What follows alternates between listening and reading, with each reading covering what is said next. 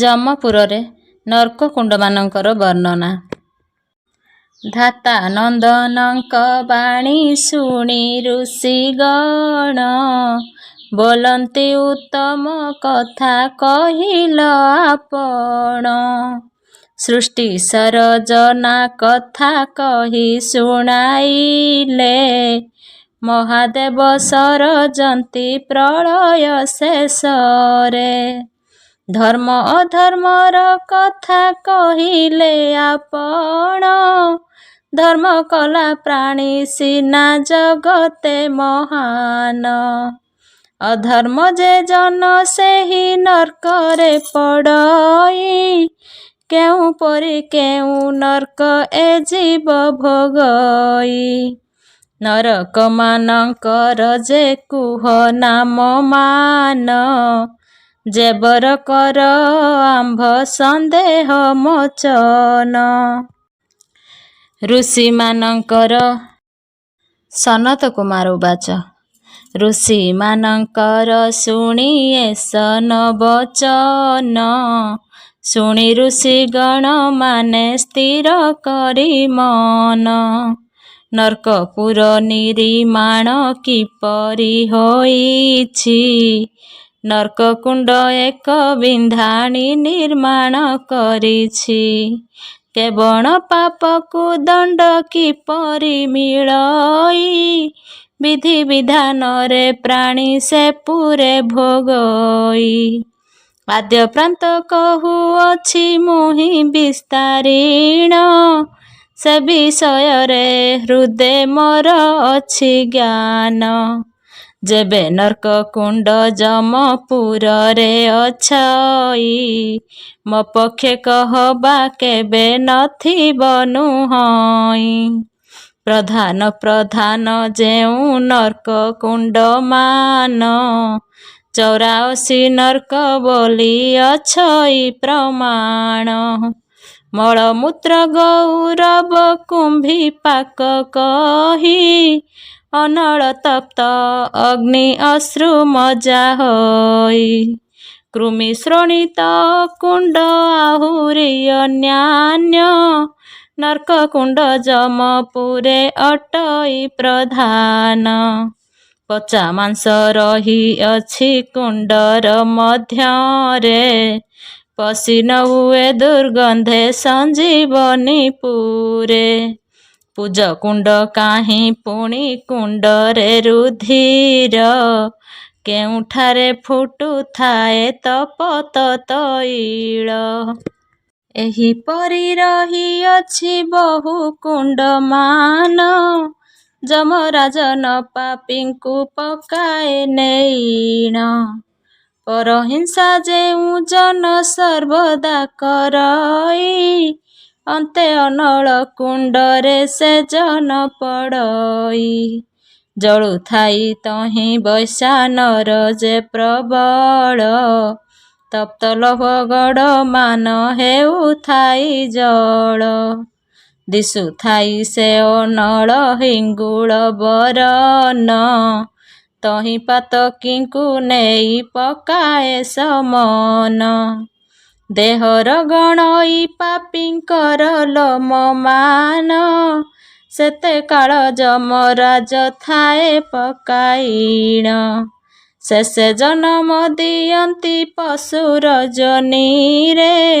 କଷ୍ଟ ଲାଘବ ହୁଏ ତା 3 ଜନମରେ। ତୁଷାର୍ତ୍ତୀ ଜନଙ୍କୁ ଯେହୁଁ ଜଳ ନ ଦିଅଇ। ସ୍ୱୟଂ ଜନ୍ତୁପତି ତାକୁ ପ୍ରବଳ ଦଣ୍ଡଇ। ଅନ୍ତେ ଯମଦୂତେ ତାକୁ ନିଅନ୍ତି ବାନ୍ଧିଣ। ତପତ କୁଣ୍ଡରେ ଫିଙ୍ଗି ଦିଅନ୍ତି ବହନ। ଶତ ଜନ୍ମ ଯାଏ ସେହି ତହିଁଣ ପଡ଼ଇ। ପକ୍ଷୀ ରୂପେ ସେଇ ପ୍ରାଣୀ ଜନମ ଲଭଇ। ପିତୃଶ୍ରାଦ୍ଧ ଦିବସରେ ସଦା ଯେଉଁ ଜନ। ମଳିନ ବସ୍ତ୍ର ପକାଏ ରଜକ ଗୃହେଣ। ମୃତ୍ୟୁ ପରେ ଯମଦୂତେ ତାକୁ ଘେନି ଯାଆନ୍ତି, କ୍ଷୀର କୁଣ୍ଡରେ ନେଇଣ ପକାଇ ଦିଅନ୍ତି। ଧୋବା ଘରେ ସପ୍ତବାର ଜନମ କରାଏ, ପ୍ରତି ଜନମରେ ନର୍କ ଭୋଗ କରେ ସିଏ। ପରଧନ ମାନ ସେହି ହରଣ କରଇ, ଦେବସ ବ୍ରହ୍ମସ ଧନ କିଛି ନ ମାନଇ। ଅନ୍ତେ ଯମରାଜ ତାକୁ ବାନ୍ଧି କରି ନିଏ, ପିଠିରେ ତାହାର କଣ୍ଟା ଫୋଡ଼ିଣ ପକାଏ। ଅବଶେଷେ ବିଷ୍ଠା କୁଣ୍ଡେ ଦିଅନ୍ତି ପକାଇ, କଷ୍ଟ ଯାହା ପାଏ ମୁଖେ କହି ତ ନୁହଁଇ। ଜନ୍ମ ଜନ୍ମ ଧରି ବିଷ୍ଠା ସେ ଜଣେ ଭକ୍ଷଣ, ଏପରି ଦୁର୍ଦାନ୍ତ ଦଣ୍ଡ ଦିଅଇ ସମନ। ପର ପୋଖରୀରୁ ମାଟି ଯେ ଜନ ଖୋଳଇ, ମୂତ୍ରକୁଣ୍ଡରେ ତାହାଙ୍କୁ ଦିଅନ୍ତି ପକାଇ। ମୂତ୍ରକୁଣ୍ଡେ ପଡ଼ି ମୂତ୍ର କରଇ ସେ ପାନ, ଗୋଧି ରୂପେ ସପ୍ତବାର ହୁଅଇ ଜନମ। ଲୁଚାଇ ମିଷ୍ଟାନ ଯେହୁ ଗୋପନରେ ଖାଏ, ବହୁ କାଳେ ଶ୍ଲେଷ୍ମା କୁଣ୍ଡେ ନର୍କ ଭୋଗୁଥାଏ। ବହୁ ଦଣ୍ଡ ଦିଏ ଯମ ତାହାକୁ ନେଇଣ, ହାତକୁ ଭାଙ୍ଗନ୍ତି ତାର ସାବେଳି ମାରିଣ। 7 ବର୍ଷ ଯାଏ ପ୍ରେତ ହୋଇଣ ବୁଲଇ, ମନୁଷ୍ୟ ଦେହରୁ ରକ୍ତ ମାଂସ ଭକୁଥାଇ। ଅତିଥି ଯେ ଜନ ଦ୍ୱାରୁ ଫେରାଇ ଦିଅଇ, ସେ ଲୋକ ଯେ ବ୍ରହ୍ମ ହତ୍ୟା ପାତକେ ପଡ଼ଇ। ପିତୃଲୋକ ତା ହସ୍ତୁ ନ ଘେନନ୍ତି ଜଳ, ଜନମ ହୁଅଇ ସେହି ଆସି ମର୍ତ୍ତ୍ୟପୁର। ଶପଥ ଜନମ ଯାଏ ମରତେ ଜନ୍ମଇ, ଦରିଦ୍ର ହୋଇଣ ଦ୍ୱାରେ ଦ୍ୱାରେ ବୁଲୁଥାଇ। ବ୍ରାହ୍ମଣର ଧାନ ଯେହୁ କରଇ ହରଣ, ପୁଣି ମଞ୍ଚ ମଣ୍ଡଳରେ ହୁଅଇ ଜନମ। ଯକ୍ଷ କୁଣ୍ଡରେ ତାହାଙ୍କୁ ଦିଅନ୍ତି ପକାଇ, କୁକର୍ଲାଶ ହୋଇ ପୁଣି ଜନମ ଲଭଇ। କାମେ ମତ୍ତ ହୋଇ ପର ନାରୀକୁ ଯେ ହରେ, ଯମଦୂତ ତାକୁ ବାନ୍ଧି ନିଏ ଅନ୍ତକାଳେ। ଲୁହ ତତାଇଣ ତାକୁ କରନ୍ତି ପ୍ରହାର, ପରିସ୍ରା କରନ୍ତି ସର୍ବେ ମୁଖରେ ତାହାର। 7 ବର୍ଷ ଅଶ୍ରୁ କୁଣ୍ଡେ ଦିଅନ୍ତି ପକାଇ, ଜନମ ଲଭଇ ମର୍ତ୍ତେ ଗଉଡ଼ୁଣୀ ହୋଇ। ଇଷ୍ଟ ଦେବତାଙ୍କୁ ବସ୍ତ୍ରେ ପ୍ରହାର କରଇ, ବ୍ରାହ୍ମଣ ମସ୍ତକ କ୍ରୋଧେ ଯେ ଜନ କାଟଇ। ଅଶ୍ରୁକ କୁଣ୍ଡରେ ଅନ୍ତେ ପକାନ୍ତି ତାହାଙ୍କୁ, ଲୁହା କଣ୍ଟା ମାରି କଷ୍ଟ ଦିଅନ୍ତି ଶରୀରକୁ। 7 ବର୍ଷ ଯାଏ ନରକ ଭୋଗ କରାଇ, 7 ଥର ଶବରୀ ଗୁହରେ ଜନମଇ। ବ୍ୟାଧ ରୂପେ ବୁଲୁଥାଏ ଅରଣ୍ୟରେ ଯାଇ, ପଶୁ ପକ୍ଷୀ ମାରି ମାଂସ ଭକ୍ଷଣ କରଇ। ହରି ନାମ ଗାଇ ଭକ୍ତେ କରିଲେ ନର୍ତ୍ତନ, ତାଙ୍କୁ ଉପହାସ ବସି କରଇ ଯେ ଜନ। ଅଶ୍ରୁ କୁଣ୍ଡେ 7 ବର୍ଷ ତାହାକୁ ପକାନ୍ତି, ଚାଣ୍ଡାଳ ଯୋନିରେ ପୁଣି ଜନମ ଲଭନ୍ତି। ତ୍ରୟ ଜନ୍ମ ସେ ଚଣ୍ଡାଳ ରୂପେ ଜନମଇ, ମଦ ମାଂସ ଖାଇ ସଦା ଉଦର ପୋଷଇ। ପରଠାରେ ଈର୍ଷା ପରେ ନିନ୍ଦଇ ଯେ ଜନ, ସହି ନ ପାରଇ ପର ସମ୍ପଦ ଦେଖିଣ। 7 ବର୍ଷ ଯାଏ ମଳ କୁଣ୍ଡରେ ପକାନ୍ତି, ନାନା ପ୍ରକାର ଦଣ୍ଡ ତାହାକୁ ଦିଅନ୍ତି। ଗଧ ହୋଇ ଜନମଇ ମରତ ମଣ୍ଡଳେ, ତିନି ଜନ୍ମ ଯାଏ ସେହି ବୁଲଇ ଶୟଳେ। ବଧିରକୁ ପରିହାସ ଯେ ଜନ କରଇ, କନମଳ କୁଣ୍ଡେ ସେ ଜନ ପଡ଼ଇ। ମାନବ ଶରୀରେ ଜନ୍ମ ନିଏ ମରତଉର, ସାତ ଜନମ ଯାଏ ସେ ହୁଅଇ ବଧିର। ଧନ ଲୋଭେ ପ୍ରାଣୀକୁ ଯେ ବିନାଶ କରଇ, ମହାକୁଣ୍ଡେ 7 ବର୍ଷ ଯାଏ ସେ ଗଡ଼ଇ। ଶଶକ ରୂପରେ 7 ବାର ପାଏ ଜନ୍ମ, ମାଛ ହୋଇ ପୋକ ଜୋକ କରଇ ଭକ୍ଷଣ। ଧନ୍ୟ ଲୋଭେ କନ୍ୟା ବିକ୍ରି ଯେ ଜନ କରଇ, ଯମଦୂତେ ମାଂସ କୁଣ୍ଡେ ଦିଅନ୍ତି ପକାଇ। ଲୁହାର ଯଷ୍ଟି ଧରି କରନ୍ତି ପ୍ରହାର, ତେନ୍ତୁଳିଆ ବିଛା ଭରି ଦିଅନ୍ତି କନର। କାନ୍ଦୁଥାଏ ଉଚ୍ଚ ସ୍ୱରେ ରଡ଼ି ଛାଡ଼ି ସେହି, ନିଆଁରେ ପକାନ୍ତି ହାତ ଗୋଡ଼ ବାନ୍ଧି ଦେଇ। ଛଟପଟ ହୋଇ ନାନା କଷ୍ଟ ଭୋଗ କରେ, ନରକରେ ପଡ଼ିଥାଏ ସେହି ପରକାରେ। 3 ବାର ଘୁଷୁରି ଯୋନିରେ ଜନ୍ମ ଦିଏ, 7 ବାର ବାନରୀ ଗର୍ଭର ଜନ୍ମ ପାଏ। 7 ଜନ୍ମ ଯାଏ ସେହି ହୁଅଇ କୁକୁର, ମଳ ସଦା ସର୍ବଦା ସେ କରଇ ଆହାର। ପୁଣି ନର ହୋଇ କରି ଲୋଭଇ ଜନମ, ବାଚାଳ ହୋଇ ମୂକ ପଣେ ନିଏ ଦିନ। ପିତୃଶ୍ରାଦ୍ଧ ଦିନ ଯେହୁ ଖେଉର ହୁଅଇ, 7 ବର୍ଷ ଯାଏ ନର୍କ କୁଣ୍ଡରେ ପଡ଼ଇ। ଯେଉଁ ପଦାର୍ଥରେ କେଶ ହୁଅଇ ପତନ, ସେ ଦ୍ରବ୍ୟ ନେବା ଶିବକୁ ଯେ କରେ ପୂଜନ। କେଶ କୁଣ୍ଡରେ ପକାନ୍ତି ତାକୁ ଯମଗଣ, ହସ୍ତପଦକୁ ତାହାର କରନ୍ତି ବନ୍ଧନ। ନୀଚ କୂଳରେ ଜନମ ତାହାକୁ ଦିଅନ୍ତି, ଗୋମାଂସ ଭକ୍ଷିଣ କେତେ କରଇ ଅନୀତି। ପିଣ୍ଡ ଗୟା ତୀର୍ଥରେ କେବେ ନ ଦିଅଇ, ଯମଦୂତେ ବହୁ ଦଣ୍ଡ ତାହାକୁ ଯେ ଦେଇ। ଅସ୍ଥି କୁଣ୍ଡରେ ପକାନ୍ତି ତାହାକୁ ନେଇଣ, ଆୟୁତ ବର୍ଷ ଯାଏ ତା କୁଣ୍ଡେ ବାସସ୍ଥାନ। ମାନବ ଯୋନିରେ ସେହି ଜନମ ଲୋଭଇ, ଦ୍ୱାରେ ଦ୍ୱାରେ ଭିକ୍ଷାବୃତ୍ତି କରେ ଅନ୍ଧ ହୋଇ। ଗର୍ଭବତୀ ନାରୀ ଯେହୁ କରଇ ହରଣ, ତ୍ରାମକୁଣ୍ଡେ ଯମ ତାକୁ ଦିଏ ପକାଇଣ। ଛିଡ଼ିଯାଏ ହସ୍ତପଦ ଦୁଃଖରେ ରହିଣ, ଅଙ୍ଗହୀନ ହୋଇଯାଏ ମନୁଷ୍ୟ ଜନମ। ଅବିବାହୀ କନ୍ୟା ହରଇ ଯେ ବଳାତ୍କାରେ, 7 ବର୍ଷ ପଡ଼ଇ ସେ ଲୌହ କୁଣ୍ଡରେ।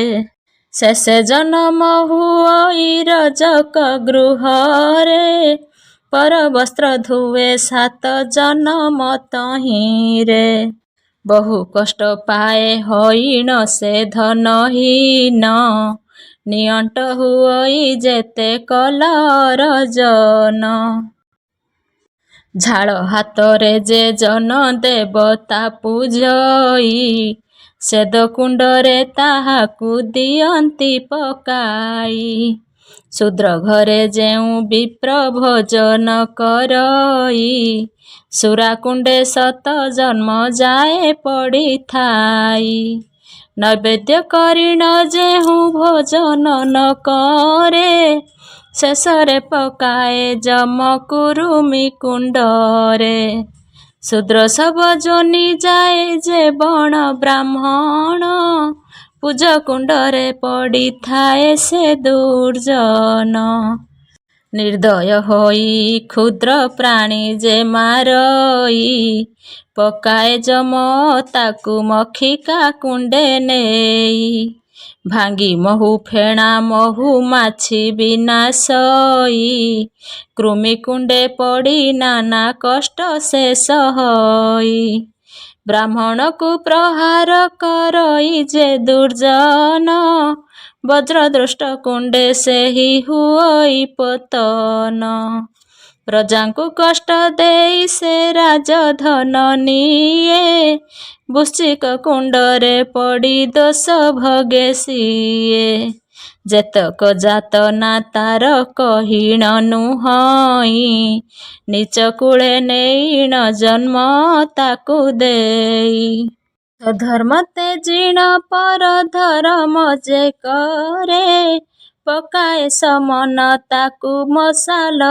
କୁଣ୍ଡରେ ବନ୍ଦୀ ବିନା ଦୋଷେ ପ୍ରାଣୀ ଯେ ରଖଇ ଚରମ କୁଣ୍ଡେ ସମନ ତାକୁ ନିକ୍ଷେପଇ ପରର ମଣି ହରଇ କାମେ ବଶ ହୋଇ ଅନ୍ତେ ଯମଦୂତେ ତାକୁ ବାନ୍ଧି ଘେନି ଯାଇ କାଳକୁଣ୍ଡ ନରକରେ ତାହାକୁ ପକାନ୍ତି ମସ୍ତକରେ ଥିବା କେଶ ଅଗ୍ନିରେ ପୋଡ଼ନ୍ତି ଡାମରା କାକ ମୁଣ୍ଡକୁ ହାଣଇ ତାହାର ବେନି ଚକ୍ଷୁ ଖୋଳି ଦିଅନ୍ତି ତାହାର ଥଣ୍ଟର ମୁଖରେ କଷ୍ଟ ତାହାର କହି କେ ପାରଇ ମରିଗଲି ରଡ଼ି ଛାଡ଼ୁଥାଇ ନରକ ଭୋଗଇ ଶେତ ସହସ୍ର ବରଷ ଜନମଇ ପୁଣି ହୋଇ ଧରାରେ ମନୁଷ୍ୟ ଛିଡ଼ି ପଡ଼େ ଗୋଡ଼ ହାତ ହୁଏ ଅଙ୍ଗହୀନ ବହୁତ କଷ୍ଟ ଲଭଇ ସେହି ପାପୀ ଜନ ସୁବର୍ଣ୍ଣ ଚରାଇ ଲୋଭ କରି ଯେଉଁ ନର ସଞ୍ଚାଣ କୁଣ୍ଡ ପକାଏ ସୂର୍ଯ୍ୟଙ୍କ କୁମର ସଞ୍ଚାଣର ମଳ ସେହି କରଇ ଭକ୍ଷଣ ମୁଣ୍ଡେ ପ୍ରହାରନ୍ତି ଯମଦୂତେ ଘନ ଘନ ଆୟୁତ ବରଷ ଦଣ୍ଡ ସେଠାରେ ଭୋଗଇ ପୁଣି ନର ହୋଇ ଧରାଧାମେ ଜନମଇ ସୁବାସ ପଦାର୍ଥ ଯେହୁ କରଇ ହରଣ ତାହାକୁ ବହୁତ ଦଣ୍ଡ ଦିଅଇ ସମନ ତଳ ପଦାର୍ଥ ଯେହୁ କରଇ ହରଣ ଅନଳ କୁଣ୍ଡରେ ତାକୁ ପକାଏ ସମନ ପଡ଼ିଯାଏ ଦେହ ତାର ରଡ଼ି ଛାଡ଼ୁଥାଇ ଦେହରେ ତେଲ ତାହାର ଦିଅନ୍ତି ପକାଇ କଳ କୌଶଳେ ହରେ ପରଭୂମି ଯେହି ତପ୍ତ ତୈଳ କୁଣ୍ଡରେ ପଡ଼ଇ ସେ ଯାଇ ପାଉଁଶ ଭକ୍ଷଇ ସପ୍ତ ମନୁ ପରିଜନ୍ତ କେ କହିପାରିବ ତାର ଯେତେ ପାଏ କଷ୍ଟ ଧନର ଜଇ ଯେହୁ କରି ଖଣ୍ଟ ବୃତ୍ତି ଅନ୍ତେ ଯମଗଣେ ତାକୁ ବାନ୍ଧିଣ ନିଅନ୍ତି ଚୁଟିକୁ କାଟିଣ ମାଡ଼ ଦିଅନ୍ତି ବହୁତ ଅଶିପତ୍ର କୁଣ୍ଡେ ଯମ ପକାଏ ସତେ 14 ମନୁ ପର୍ଯ୍ୟନ୍ତ ତହିଁରେ ରହଇ ନିର୍ଦ୍ଦୟ ପୂରଣ କେହି ଦୟା ନ କରଇ ନ ଦିଅନ୍ତି ଅନ୍ନ ପାଣି କଷ୍ଟରେ ବଞ୍ଚଇ କ୍ଷୁଧାରେ ବିକଳ ଛଟପଟ ହେଉଥାଇ ବ୍ରାହ୍ମଣକୁ ବଧି ତାର ଧନ ଯେ ସୁହରେ ଯମଗଣେ ବାନ୍ଧି ତାକୁ ନିଅନ୍ତି ଯମପୁରେ ଖଡ଼ଗ କୁଣ୍ଡରେ ଦୂତେ ପକାନ୍ତି ତାହାକୁ ସତମନୁ ଯାଏ ସେହି ଭୋଗଇ କଷ୍ଟକୁ ତାହାର ଯହୁ ନୟନେ ଦେଖଇ ବିଦୀର୍ଣ୍ଣ ହେବ ହୃଦୟ ନ ପାରିବ ସହି ମରତ ମଣ୍ଡଳେ ପୁଣି ଲଭଇ ଜନମ ଘୁଷୁରି ଜନମି ବିଷ୍ଟା କରଇ ଭକ୍ଷଣ। ଅଗ୍ନି ଲଗାଇ ଯେ ଗୃହ କରଇ ଦହନ। କ୍ଷୁରଧାର କୁଣ୍ଡରେ ସେ ହୁଅଇ ପତନ। ତହିଁରେ ପଡ଼ି ଯାତନା ଅନେକ ଭୋଗଇ। ବୁଲୁଥାଏ ପୃଥିବୀରେ ପ୍ରେତଟିଏ ହୋଇ। ମନୁଷ୍ୟ ହୁଅଇ 7 ଜନମ ଅନ୍ତରେ। ଶୂଳ ରୋଗ ହୁଏ ଦିନ ବିତଇ କଷ୍ଟରେ। କୁଷ୍ଠରୋଗୀ ହୁଅଇ ସେ 7 ଜନମ। କଷ୍ଟ ଭୋଗି ଅତି ଦୁଃଖେ ବଞ୍ଚଇ ସେ ଦିନ। ଘୃଣା ଯେହୁ ବ୍ରାହ୍ମଣକୁ ଦେଖି ନ କରଇ। ମୂଢ଼ପଣ କରି ଦେବ ଗଣେ ନ ମାନଇ। ପରକୁ ନିନ୍ଦଇ ଯେହୁ ଦେଖାଇ ବଡ଼ାଇ। ସୂତି ନରକରେ ସେହି ବ୍ୟକ୍ତିଟି ପଡ଼ଇ। ସୂଚିମାନ ଫୋଡ଼ି ହୁଏ ଅଙ୍ଗରେ ତାହାର। ସୁମରି ଧରମ ଦିନ କଟଇ ତାହାର। 3 ଯୁଗ ପରେ ମର୍ତ୍ତେ ଜନମ ହୁଅନ୍ତି। 7 ଜନ୍ମ ଭରଗରୁ ପରେ ଜନମଇ। ବଜ୍ରକୀଟ ହୁଏ 7 ଜନମ ବିତଇ। ଭସ୍ମକୀଟ ରୂପେ 7 ଜନ୍ମ ସେ ଜନ୍ମଇ। ବୃଶ୍ଚିକ ରୂପରେ ପୁଣି ଜନମ ଲଭଇ। 7 ଜନ୍ମ କଷ୍ଟ ତାର କହି ନ ହୁଅଇ। ପର ଘର ଭାଙ୍ଗେ ଯେହୁ କପଟ ପତିରେ। ପରଧନ ହରି ରଖେ ଆପଣା ଗୃହରେ। ଚିରକାଳ ନରକ ଯନ୍ତ୍ରଣା ଭୋଗ କରେ। ତାହାର ଯା ଦୁଃଖ କିଏ କହିବ ମୁଖରେ। ଯମଦୂତେ ପ୍ରସାବ ତା ମୁଖରେ କରନ୍ତି। ଲୋଭ କଣ୍ଟାରେ ଶରୀର ତାହାର ଫୁଟାନ୍ତି। ଛେଳି ମେଣ୍ଢା ରୂପେ ଜନ୍ମ ନିଏ 7 ଜନ୍ମ। ଗଉଡ଼ୁଣୀ ରୂପେ ପୁଣି ଲଭଇ ଜନମ। ଆଜନମ ଦୁଃଖୀ କଷ୍ଟେ ବଞ୍ଚଇ ସେ ଜନ। ଶ୍ଵେତକୁଷ୍ଠ ହୁଏ ତାର ଶରୀର ମଧ୍ୟେଣ। ଲୋଭ ସମ୍ଭାଳି ନ ପାରି କ୍ଷୁଦ୍ର କ୍ଷୁଦ୍ର ଦ୍ରବ୍ୟ। ଆଣେ ଚୋରି କରି ତାର କଥା କେ କହିବ। ବିଷଦନ୍ତ ଜନ୍ତୁ ଗୃହେ ଯୁଗଏ ରହଇ। ବହୁ କଷ୍ଟ ଭୋଗ କରେ ନର ଜନ୍ମ ପାଇ। ଘୋଡ଼ା ହାତୀ ଯେଉଁ ଜନ ଚୋରି କରି ନିଏ। ହସ୍ତଦନ୍ତେ ପ୍ରହାରଟି ସେହି ଜନ ଖାଏ। ଗଜଦସ୍ତ କୁଣ୍ଡେ ସେହୁ ପତନ ହୁଅଇ। ମୁଷରେ ଢାଳନ୍ତି ଦୂତେ ମଳ ମୂତ୍ର ନେଇ। ଗଜ ରୂପେ ତ୍ରାୟ 12 ଜନମ ଲଭଇ। ଚତୁର୍ଥାରେ ସ୍ମ୍ଲେଚ୍ଛ କରି ଜନମ ଦିଅଇ। ତୃଷ୍ଣାତୁରକୁ ମାଗିଲେ ଜଳ ଜନେ ଦେଇ। ସେ ଜଳକୁ ଯେଉଁ ଜନ ପିଣ ଦିଅଇ। ଗୋମାଂସ କୁଣ୍ଡରେ ଯମ ତାହାକୁ ପକାଏ। 1 ମନୁ ପର୍ଯ୍ୟନ୍ତେ ଗୋମାଂସ ଖାଏ। ଯୋଗୀ ରୂପରେ ସେ ପୁଣି ହୁଅଇ ଜନମ। ଦ୍ୱାର ଦ୍ୱାର ବୁଲି ଭିକ୍ଷା କରେ ସେ ଦୁର୍ଜନ। ଗୋବ୍ରାହ୍ମଣକୁ ଯେ ନର ବଧ କରେ। ମାନିତ ନାରୀଙ୍କୁ ଯେହୁ କାମେ ମାତି ହରେ।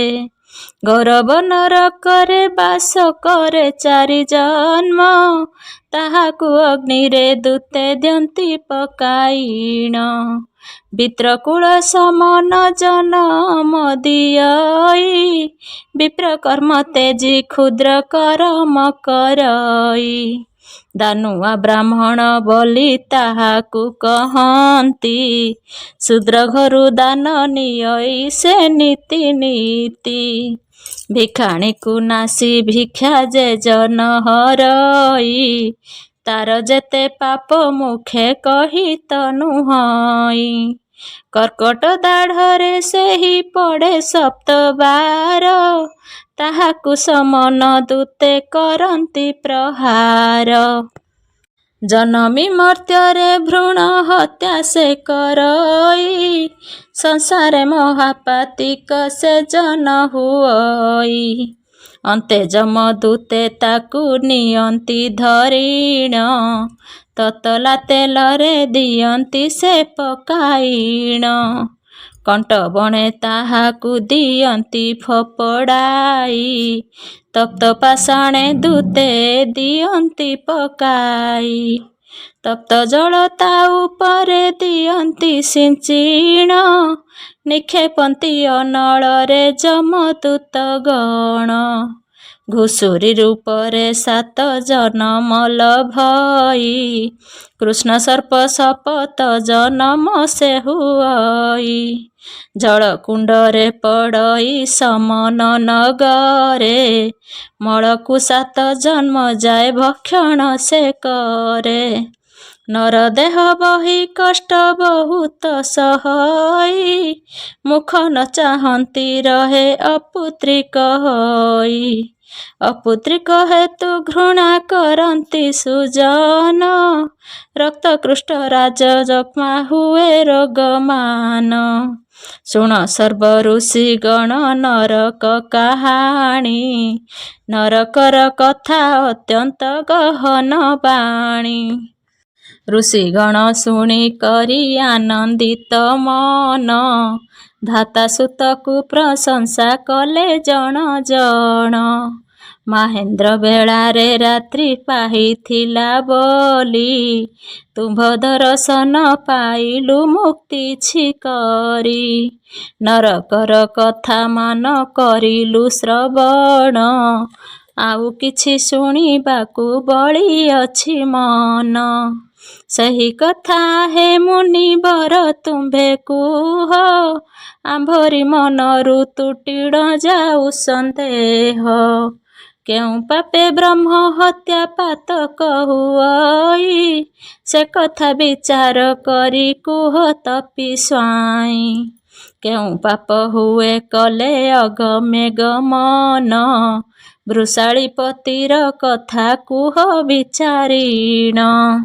ଆମ୍ଭମାନଙ୍କର ଏଥେ ସଞ୍ଚୟ ଅଛଇ, ଦୟାକରି କୁହ ମୋତେ ଆହେ ତପୀ ସ୍ୱାଇଁ।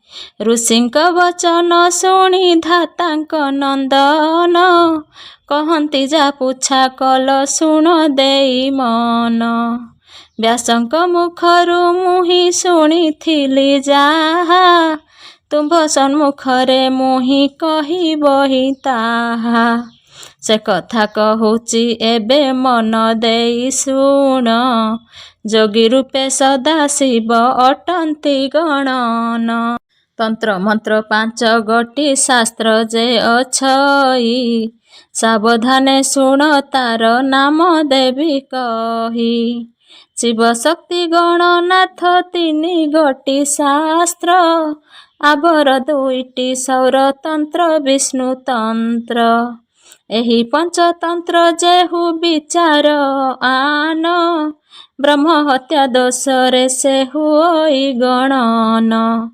ମାତା ବିଧବା ବେଦିଚାରୀ ପତ୍ନୀ ଯାର, ଭିନ୍ନ ମତେ ସେହି ପାପିଷ୍ଟ ସେ ଦୁରାଚାର। ଶିବ ଭକ୍ତ ସଙ୍ଗେ ଅନ୍ୟ ଭକତକୁ ନେଇ, ଅନ୍ୟ ଦେବ ଭକତଙ୍କ ସମାନ କରଇ। ପହିଲି ରଜରେ ଭୂମି କରେ କରସଣ, ଶିବଲିଙ୍ଗ ନ ପୂଜଇ କରଇ ଭଜନ। ବ୍ରହ୍ମ ହତ୍ୟା ପାପୀ ମଧ୍ୟ ସେ ଜନଗଣନ, ଗୋହତ୍ୟା ପାତକୀ କଥା ମନ ଦେଇ ଶୁଣ। ଯେ ଜନ ଗୋଚର ଗୋଦଣ୍ଡାକୁ ଚଷଇ, ଗୁରୁଜନଙ୍କୁ ଉଚ୍ଛିଷ୍ଟ ଭୁଞ୍ଜାଇ ଦିଅଇ। ବୃଷଭ ଯୋଚିଣ ଯେହୁ କରୁଥାଇ ହଳ, ଗୋହତ୍ୟା ପାତକୀ କହି ଅଛନ୍ତି ଶଙ୍କର। ପଦରେ ଯେ ଅଗ୍ନିଦେବ ତାଙ୍କୁ ଫୋପାଡ଼ଇ, ଗୋରୁ ଗଇଠା ଯେ ବଣ ମୂର୍ଖ ମାରଇ। ସ୍ନାନ ସାରି ପଦ ଧୋଇ ଘର ଯେ ପଶଇ, ଓଦା ଲୁଗା ପିନ୍ଧି କରି ଯେ ଜନ ଭୁଞ୍ଜଇ। ବ୍ରାହ୍ମଣ ଯେ ଭୁଞ୍ଜଇ ଦିବସେ ବେନିବାର, ଅବିବାହୀ କନ୍ୟାକୁ ହରଇ ଯେଉଁ ନର। ଗାୟତ୍ରୀ ସନ୍ଧ୍ୟା ଯେଉଁ ଜନ ନ କରଇ, ଶ୍ରାଦ୍ଧ ଦିନ ପିତୃଙ୍କର ଶ୍ରାଦ୍ଧ ନ ଦିଅଇ।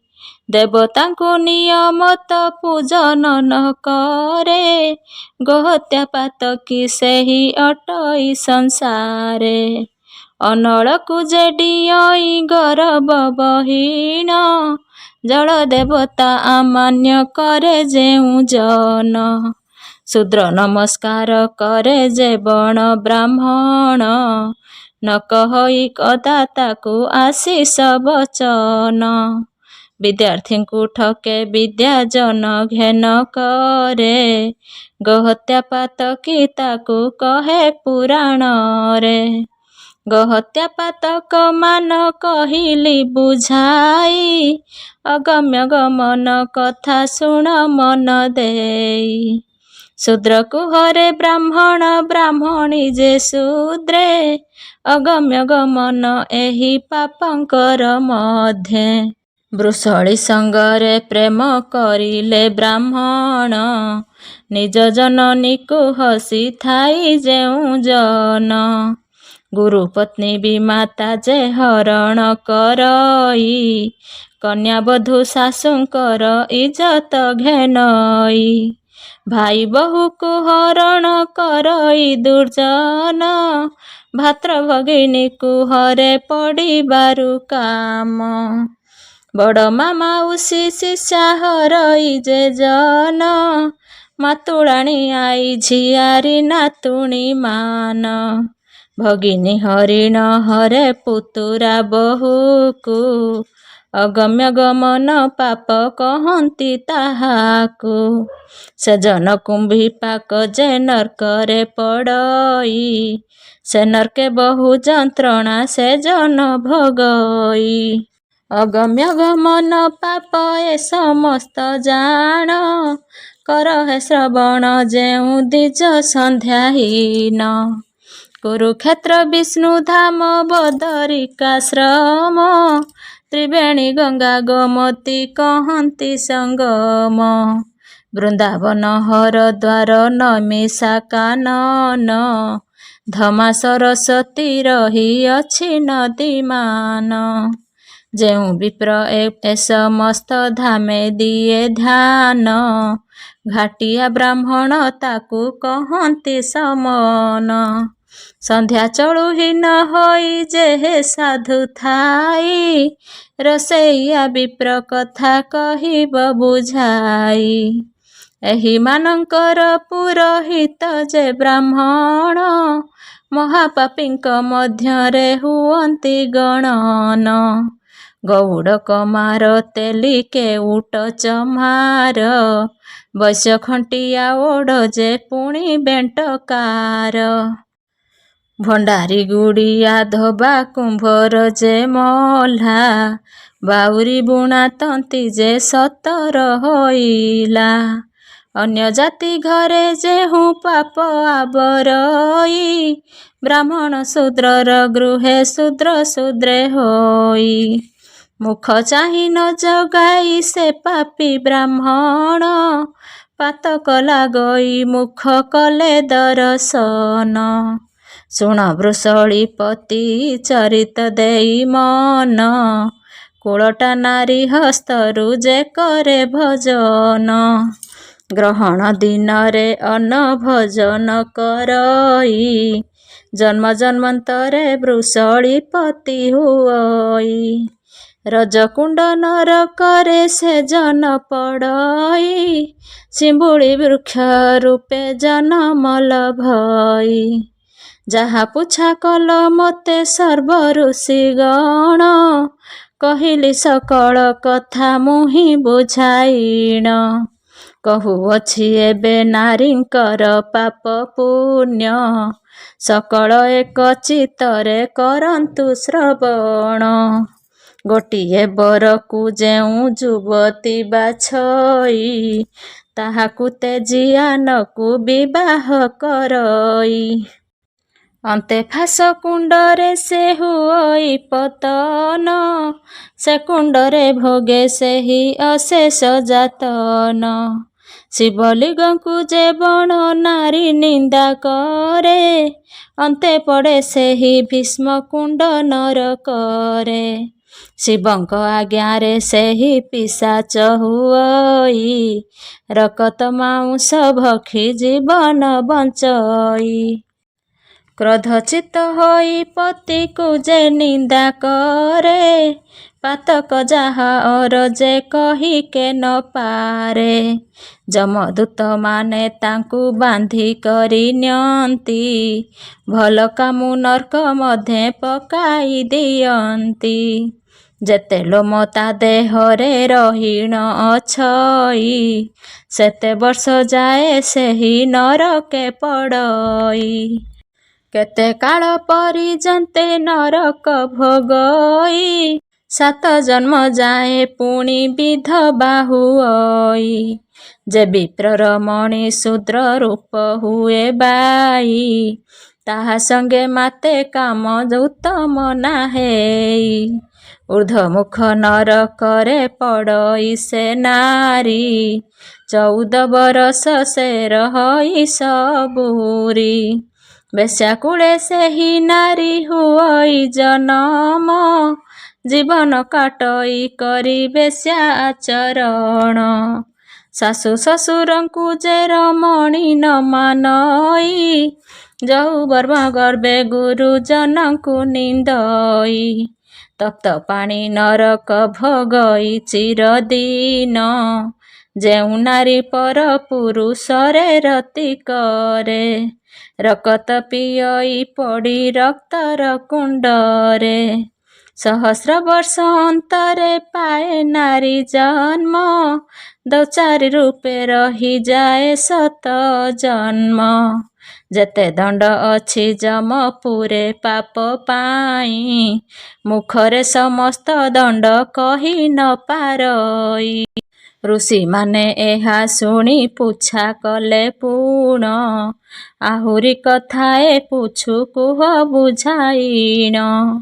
ଆହେ ତପୋନିଧି କୁହ ମୋତେ ବୁଝାଇଣ, କହିଣ କର ମନରୁ ସନ୍ଦେହ ମୋଚନ। ଗୁରୁ ବୃତ୍ତି ମୁକ୍ତି ଦାତା ଗୁରୁ ସର୍ବସାରେ, ପ୍ରାଣୀଙ୍କର ଜ୍ଞାନ ଦାତା ସାକ୍ଷାତ ଈଶ୍ୱର।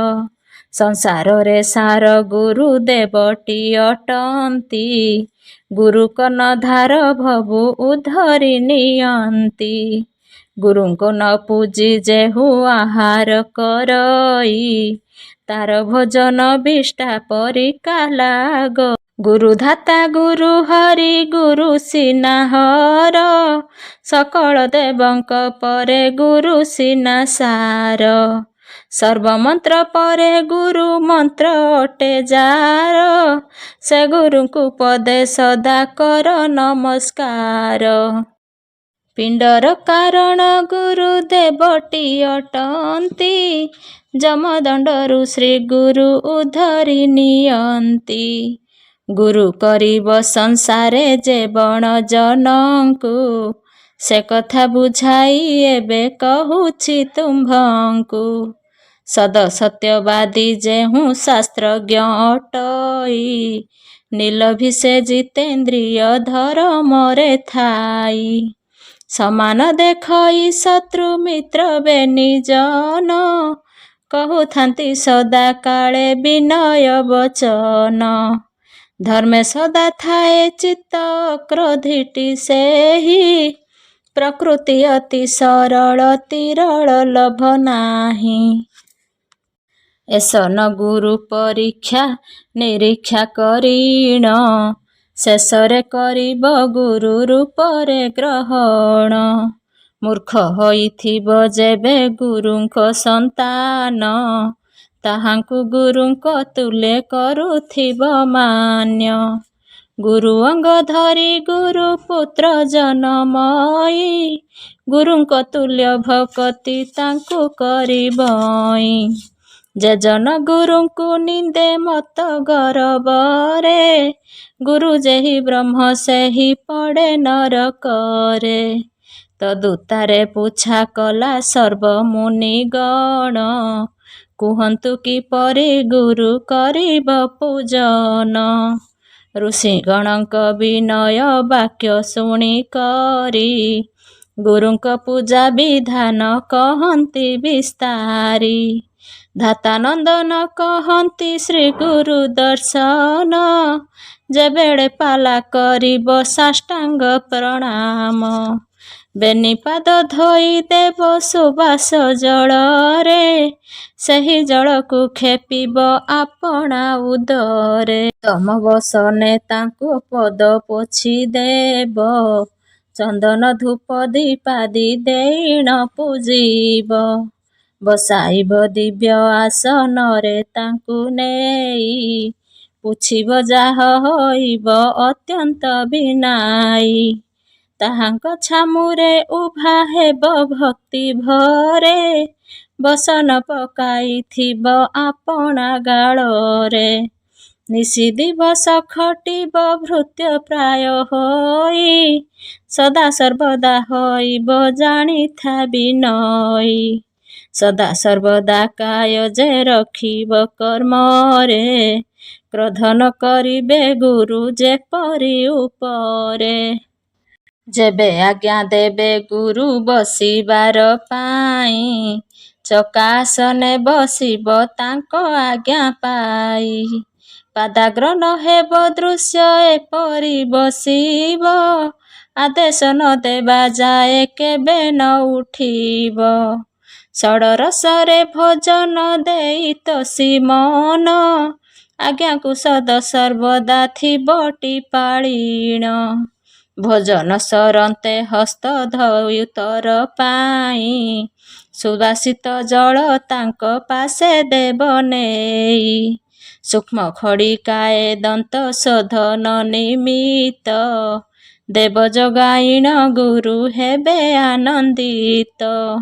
ସୁକୋମଳ ସଜ୍ଜା କରି ଦେବଟି ତାମ୍ବୁଳ, ଧୀରେ ଧୀରେ ଚାପିବେଟି ଚରଣ ଯୁଗଳ। ଗୃହେ ରଖିଥିବେ ଗୁରୁ ତୁମ୍ଭ ଯେତେ ଦିନ, ସେବା କରି ତୋଷୁଥିବ ଜାଣି ତାଙ୍କ ମନ। ଗୁରୁଦେବ ଯେଉଁ ଦିନ ମେଲାଣି ହୋଇବେ, ଗମନ କରିବ ବସ୍ତ୍ର ଧରି ଭୃତ୍ୟ ଭାବେ। ଯାଅ ଗୃହେ ଗୁରୁଙ୍କର ଆଜ୍ଞା ଯହିଁ ହେବ, 108 ବାର ତାଙ୍କୁ ଦଣ୍ଡବତ ହେବ। ଗୃହକୁ ଆସିବ ମାନି ତାଙ୍କର ବଚନ, ମନ ମଧ୍ୟେ ସଦା ତାଙ୍କୁ କରୁଥିବ ଧ୍ୟାନ। ଏପରି ଗୁରୁଙ୍କୁ ଯେଉଁ ଜନଟି ସେବଇ, ବ୍ରହ୍ମା ମୁଖରେ ତା କଥା ନ ପାରନ୍ତି କହି। ଯହ ଲକ୍ଷେ ମହାନ ପଦ କାଟଇ ସେଦିନ, ଅନ୍ତେ ଲାଭ କରେ ସେହି ବୈକୁଣ୍ଠ ଭୁବନ। ବିଭିନ୍ନ ବର୍ଣ୍ଣଙ୍କ ଗୁରୁ ବ୍ରାହ୍ମଣ ଅଟଇ, ଅଗ୍ନିଦେବ ବ୍ରାହ୍ମଣଙ୍କ ଗୁରୁ ସିନା ହୋଇ। ଅତିଥି ଯେ ଗୁରୁଜନ ସଂସାରେ ଅଟଇ, ଗୁରୁଜନ ମାନେ ସିନା ଗୁରୁ ତୁଲ୍ୟ ହୋଇ। ମନ କନ ଦେଇ ଶୁଣ ସର୍ବ ଋଷିଗଣ, କେଉଁ କେଉଁ ଗୁରୁଙ୍କର ସେବିବ ଚରଣ। ପିତା ମାତା ବିଦ୍ୟା ଗୁରୁ ଏ ଅଟନ୍ତି ତିନି, ଶାଶୁ ଶ୍ୱଶୁର ଅତିଥି ଗୁରୁ ମଧ୍ୟେ ଗଣି।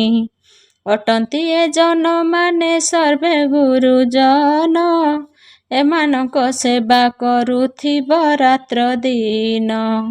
ଭକ୍ତି ଭତ୍ତା ଏମାନଙ୍କୁ ଯେ ଜନ ପୂଜିବ, ଚତୁର୍ବର୍ଗ ଫଳ ସେହି ଲାଭ ଯେ କରିବ। ପତି ନାରୀଙ୍କର ଗୁରୁ ଯୁଗତେ ଅଟନ୍ତି। ହରିହର ସମ ତାହାଙ୍କୁ କରନ୍ତି ଭକ୍ତି। ସ୍ୱାମୀଙ୍କୁ ଦାସୀଙ୍କ ପରି ଯେ ନାରୀ ସେବଇ, ପତିବ୍ରତା ସତୀ ଅନ୍ତେ ବୈକୁଣ୍ଠ ଗମଇ। ପତିଙ୍କ ଚରଣ ଧୋଇ ଦେଇ ପ୍ରତିଦିନ, ପାଦୋଦକ ଯେଉଁ ନାରୀ କରୁଥାଇ ଜ୍ଞାନ।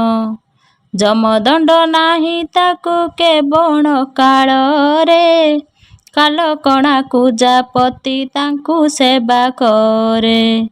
ପତି ତାର ହୋଇଥାଉ ଯେତିକି କୁସିତ, ପତିବ୍ରତା ସେବେ ତାର ଚରଣ ସତତ। ପତି ଭଜନ ଶେଷରେ ଉଚ୍ଛିଷ୍ଟ ଦେଖାଏ, ଦାସୀ ପରି ପତି ଆଜ୍ଞା ସଦା ପାଳିଥାଏ। ପତିଙ୍କର ମନ ଜାଣି ସେବା କରୁଥାଇ, ପତିଙ୍କଠୁ ଧର୍ମ ଆଚରଣ ଶିଖଇ। ଧ୍ୟାନ କରୁଥାଇ ପତି ରୂପ ନିରନ୍ତର, ଦାସୀ ପରି ଖଟିଥାଏ ଚରଣେ ତାଙ୍କର। ପତି ଦୋଷକୁ ରମଣୀ ଯେହୁ ନ ଧରଇ, ପତି ପାଶେ ବୃଥା ଦିନ ଦିଏ ନା ବିତଇ। ଦୋଷେ ବା ନିର୍ଦ୍ଦୋଷ ପତି ଚଳି ଯେବେ ହୁଏ, ସେ ଗାଳିକୁ ଯେଉଁ ନାରୀ ମଥା ପାତି ସହେ।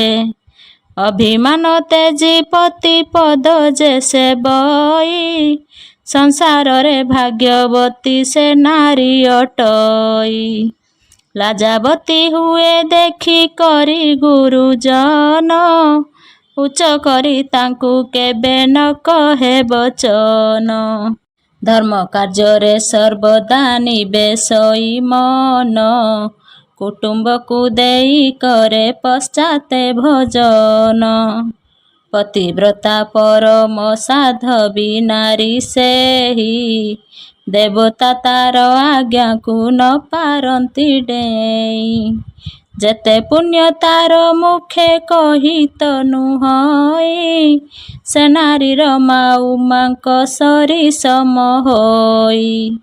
ଯଶ କେତନ ଉଡ଼ଗ ସେ ସତୀ ନାରୀର, ବ୍ରହ୍ମା ବିଷ୍ଣୁ ନ ଭାଗନ୍ତି ବଚନ ତାହାର।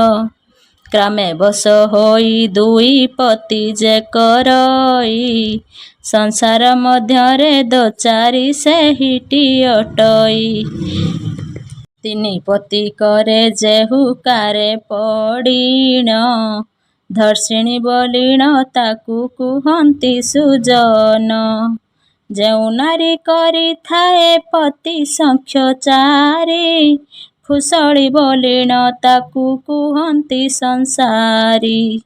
ପଞ୍ଚପତି ଯେ କାମୁକୀ ରମଣୀ କରଇ, ବେଶ୍ୟା ନାମ ଗୋଟି ସେହି ସଂସାରରେ ପାଇ। ପଞ୍ଚରୁ ଅଧିକ ପତି ଯେ ନାରୀ କରଇ, ମହାବେଶ୍ୟା ବୋଲି ତାକୁ ପୁରାଣେ କହଇ। ସଦାଶିବଙ୍କର ଏହି ଶ୍ରୀମୁଖ ବଚନ, ଏଣୁ ନାରୀଗଣ ସର୍ବେ ହୁଅ ସାବଧାନ। କୁଶଳୀ ଧର୍ଷିଣୀ ବେଶ୍ୟା ମହାବେଶ୍ୟା ନାରୀ, ଏମାନଙ୍କ ସଙ୍ଗେ ଯେହୁ ହୁଏ ସମସରି। ବଞ୍ଚିଥିବା ଯାଏ କ୍ଳେଶ ସେ ଜନ ଲଭଇ, ଅନ୍ତିମେ ନରକ ସିନା ତାହାକୁ ମିଳଇ। ଦ୍ୱାରେ ଦ୍ୱାରେ ଭ୍ରମେ ଲକ୍ଷ୍ମୀ ଛଡ଼ା ସେହି ଜନ, ମହା ଦୁଃଖରେ ସଂସାରେ କାଟେ ତାର ଦିନ। 84 ନର୍କ ମଧ୍ୟେ ସଦା ବାସ ତାର, ଅଟେ ସେ ମହାପାତକୀ ପାତଙ୍କୀଙ୍କ ସାର। ଯମଦୂତ ମାନେ ତାକୁ ବାନ୍ଧି ଘେନି ଯାନ୍ତି, ଦିଅନ୍ତି ତାହାକୁ ତହିଁ ବହୁତ ଯେ ଶାସ୍ତି। ସେହି ନାରୀ କୁମ୍ଭୀ ପାକ ନରକେ ପଡ଼ଇ, ଶରୀର ସାରା ତାହାର କୃମି ଥାନ୍ତି ରହି। ଅଳଙ୍କାରେ ମଣ୍ଡି ହୋଇ ବେଶ୍ୟା ନାରୀଗଣ, ବସିଥାନ୍ତି ତହିଁ ନିଜ ଶୋଭା ଦେଖାଇଣ। ଦେବକନ୍ୟା ପରି ଦିଶୁଥାନ୍ତି ସୁନ୍ଦରୀ, ମାନ ମହତ ବୁଡ଼ାଇ ତୁଟାଇଣ ଶିରି। ପୁରୁଷମାନଙ୍କ ନେତ୍ର କୋଣେ ଠାରି ଦେଇ, ତାଙ୍କଠାରୁ ନିତ୍ୟ ଧନ ନେଉଥାନ୍ତି ବହି। ନୃତ୍ୟ ଗୀତ ଆଦି କରି ନାନା ପ୍ରକାରେ, ଆବର ଅର୍ଥ ନିଅନ୍ତି ହାଣି କଟାକ୍ଷରେ।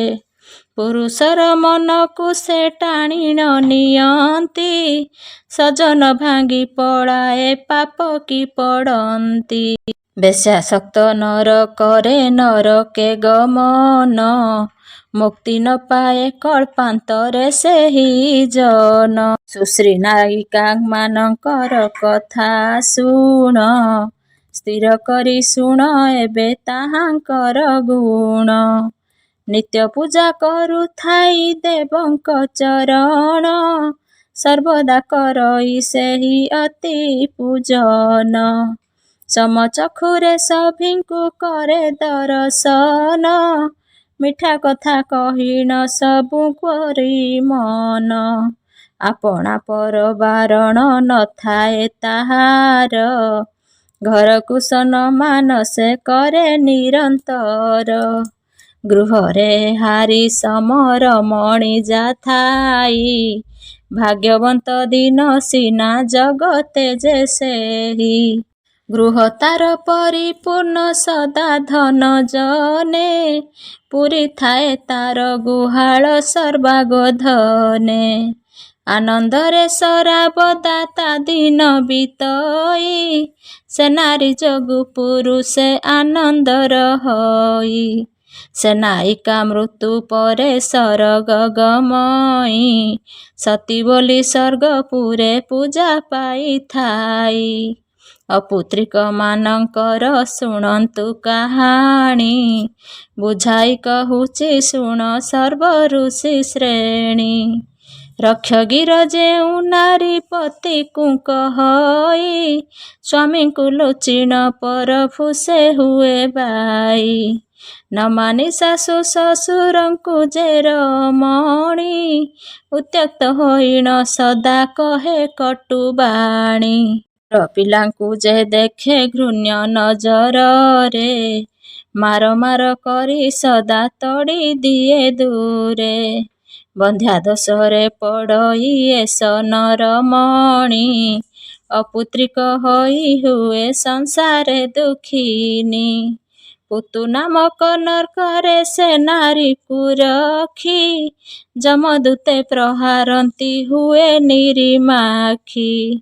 ନର୍କରେ ବିଚାର ଶୁଣ ସର୍ବ ଋଷିଗଣ, ଯାହା ଶୁଣିଥିଲୁ ତାହା କରିଲୁ ବର୍ଣ୍ଣନ।